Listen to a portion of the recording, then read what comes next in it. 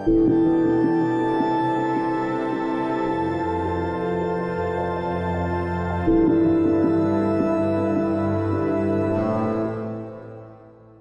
there, Genso here. This is my Devil May Cry 5 Dante Must Die difficulty S-Rank walkthrough. This is Mission 7 again, and this is V's version of United Front. And I've actually, prior to this attempt that you're witnessing right now, I've never actually done this mission as V, either in the initial release of the game or in the special edition here, but you're gonna have to watch me as I'm doing right here, go the wrong way quite a bit and make several mistakes as far as my coordination and moving through the level. So just be a little patient with me. I was actually pretty excited with myself to be able to get this in one attempt. Not that any of these missions are particularly demanding, but still pretty exciting when you can get through one of these. And I was at this point pretty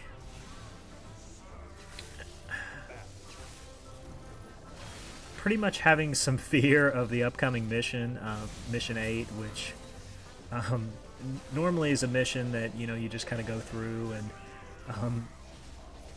at the end, the boss is meant to kill you, but when you're going for no damage like I am, I was certainly concerned with it because it was a boss that I've never killed before, and so being able to get this one done quickly and get onto that one was actually a little bit of a blessing. But I was actually also pretty interested to find out, and this may be something that everyone may have thought, well, that's pretty obvious, but V actually goes through other areas of this subway, and being that I had never gone through the mission and never really cared or considered V's version of the mission, I guess I didn't realize that he actually has different fights. But the fights that V has actually can't be skipped like the ones that Nero has. You know how in Nero's version of the mission, usually the enemy spawner is in the position blocking your path, but in this case there's actually a one of those red gates that blocks your progress, so you do actually have to do all of these encounters.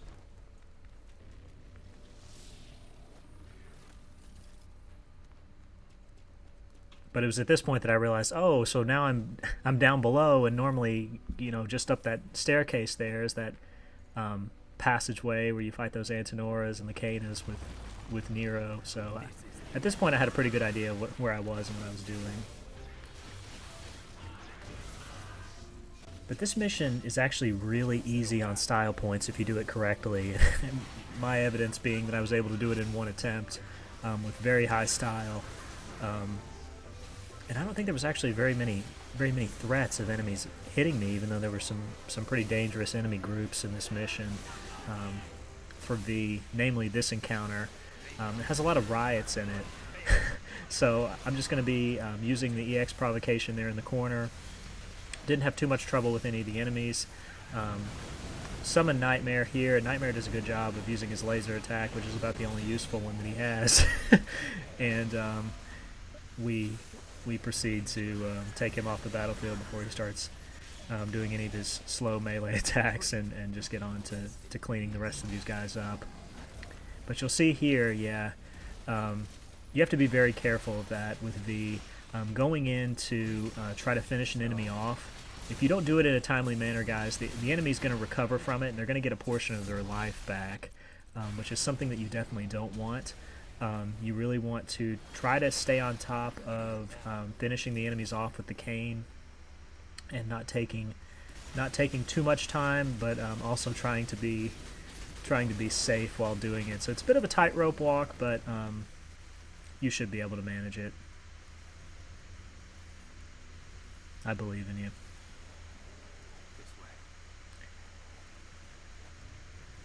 So this is the converging point of the mission. This is a familiar room. And I actually make a little bit of a blunder here. I was trying to to EX provocate here and get my style ranking up, but I didn't move forward enough to spawn the enemies, and so you're going to get to see me doing the silly dance and not building any style, and taking a really long time to realize that I'm not building any style before I finally move into position, spawn the enemies, and we can proceed to start building the combo. But these enemies are not good to try to EX provocate against, because they can just fly onto camera and then hit you with one of their little flame attacks, which is very frustrating and something that you don't want, so just be aware of it. And take them out, and then once they're gone, you should be able to go ahead and do the provocation at that point. And the provocation is, you can't really spam it, but it builds a lot of style really quickly, and it also builds a lot of devil trigger really quickly. And since most of the time V isn't doing anything anyway other than watching his animals, you can do this a lot. You can do this in just about every fight with him, except for a couple of fights in Mission 9 where I feel like it's not very safe to do that. They're mostly those fights where the Judecas are knocking around, and the Lusatias, I think they're called. That big conglomerate of heads that looks like the Baphomets, but much more deformed. Those guys aren't really safe to do it against, because they can initiate that big explosion attack where they chant and then release it on you. And V doesn't really have any way to get away from that other than to just hit the enemy enough times to stop it. So something to be aware of in that. Doesn't apply to this mission, but some good advice nonetheless. And yeah, the Canis can get pretty aggressive, especially when they devil trigger. They have a little bit of a running attack where they swing their scythe horizontally.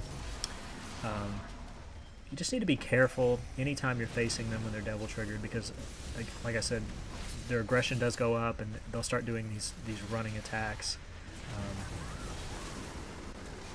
So something to be aware of. Don't get too crazy mashing on the buttons trying to get your familiars to do something meaningful. Be aware that the enemies can come in and hit you.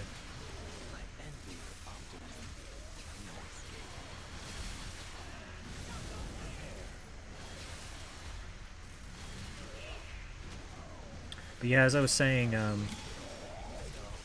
Mission 8 after this one, I spent a ton of time on that mission, and I had never actually beaten the boss in any of my runs. Normally, I just let him kill me, because I didn't have any patience for it, and never really took the time to really learn how to fight him with Nero. But I'm going to have some pretty good strategies and pretty good advice to get you through that mission if you're having trouble. And if you want to kill him yourself, it's pretty much a guaranteed S rank if you kill him. I don't think there's any way that you wouldn't get it, but certainly a pretty long, pretty demanding, probably the most demanding Nero mission in either of the Devil May Cry's that he's appeared in, Devil May Cry 4 or 5. So, something to look forward to there. But this encounter right here with V can actually be pretty dangerous. The Death Scissors there, if you wanted to go up and trigger the next encounter with the 2 riot spawners, you would need to be careful, because the Death Scissors can do what he's doing right now, which is sort of teleport onto screen and hit you. So if you're busy, attacking the spawners or attacking the riots, the Death Scissors can come through the wall and hit you. So just be aware of that. That's why I really wanted to just fight him down here. And you get to see here, he's trying to pull out the scissors. He was weakened, and my animals are fighting something else and can't finish him off. So we get to fight him a little bit more, which is fantastic, as Griffin goes down right there, and we have to use Nightmare to bring him back. Yeah, this is another enemy that V doesn't match up very well, namely because your animals can't do a very good job of finishing him off when he's weakened, when you've either parried him or broken his scissors.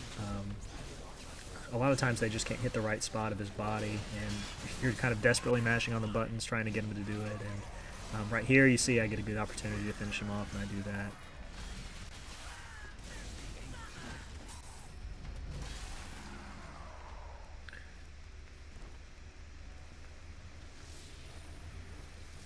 So this next encounter is probably the most dangerous one for V. It's the two riot spawners. I should say that it can be the most dangerous, but it can also be a pretty simple encounter, kind of depending on what kind of RNG you get with the two riots, or the two riot spawners, and how aggressive Shadow and Griffin can be in crowd control. What you're going to want to do is move to the corner here like I'm doing and EX Provocate. If you see a riot anywhere on your screen, you need to move immediately.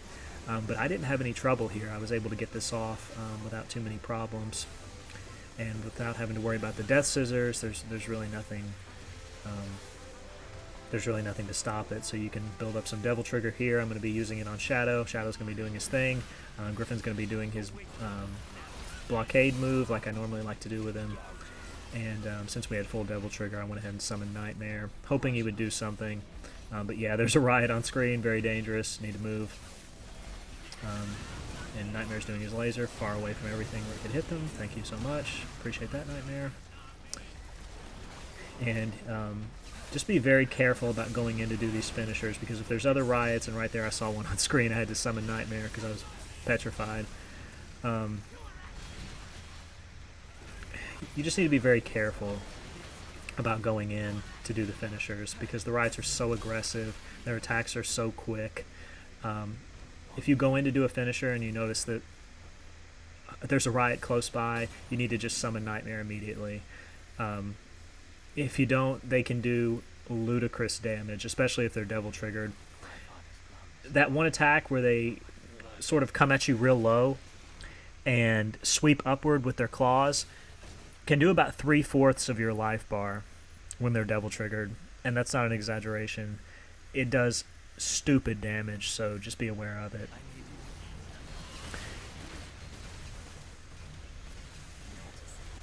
So this next fight here against the Scudos and the Protoangelo is one of the most tedious fights in the game with V. And I don't know any way to make this fight faster. I've watched other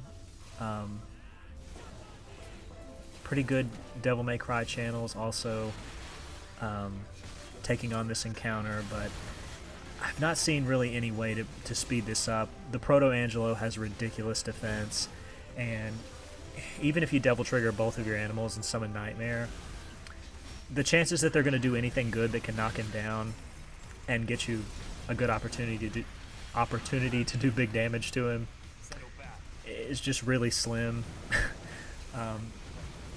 So this ends up being about a 5 to 6 minute affair, depending on how lucky you can get with the familiars and their attacks. And just be aware of the Scudos. They can kind of come in and do that running sweep that they like to do and hit you. They can also do that shield bash if you're standing too close to them. That comes out really quick, so just don't be standing anywhere near them. Make sure that you're reading your book, building up Devil Trigger, because if they hit your animals, they're going to go down, and then you're going to have to be able to revive them pretty quickly. Otherwise, all these Scudos and this Proto knocking around doing that overhead attack he just did there, just not going to be a good idea. And you see he just keeps doing it.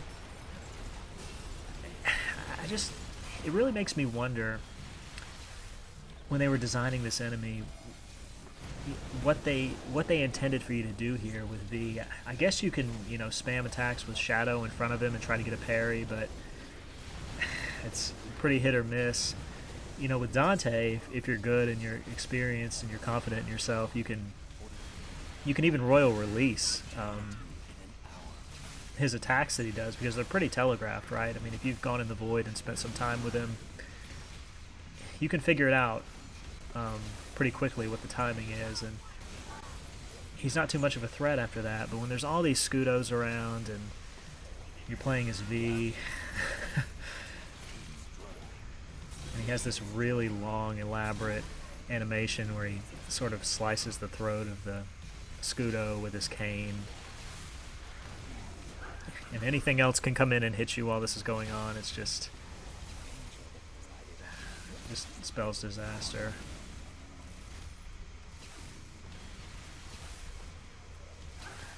But we're whittling away here. There's only one Scudo left, and then the Proto, who hasn't even Devil Triggered yet, so it's probably going to be another 3 minutes of smashing the buttons in on your controller, hoping that you can put him down. It can become pretty tedious, and you see here I've only taken out 3/4 of his life at this point. And when he gets to 25% anyway, even when you're not on Dante Must Die, he gets that red aura around his armor, and that gives him a 25% defense boost. And then he gets the additional 25% defense boost, or is it 50, for being in Devil Trigger on Dante Must Die. So it really just kind of makes you wonder, did this enemy really need this level of defense?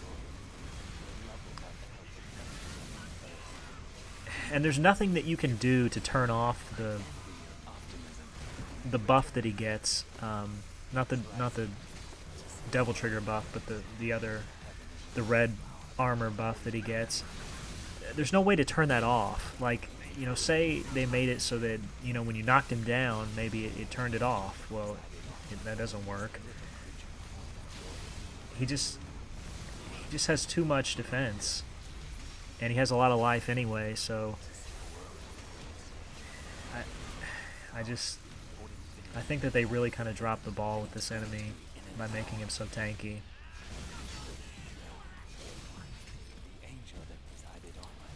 Like the Angelos in Devil May Cry 4, the Biancos and the Altos, they have a pretty good balance of life, right?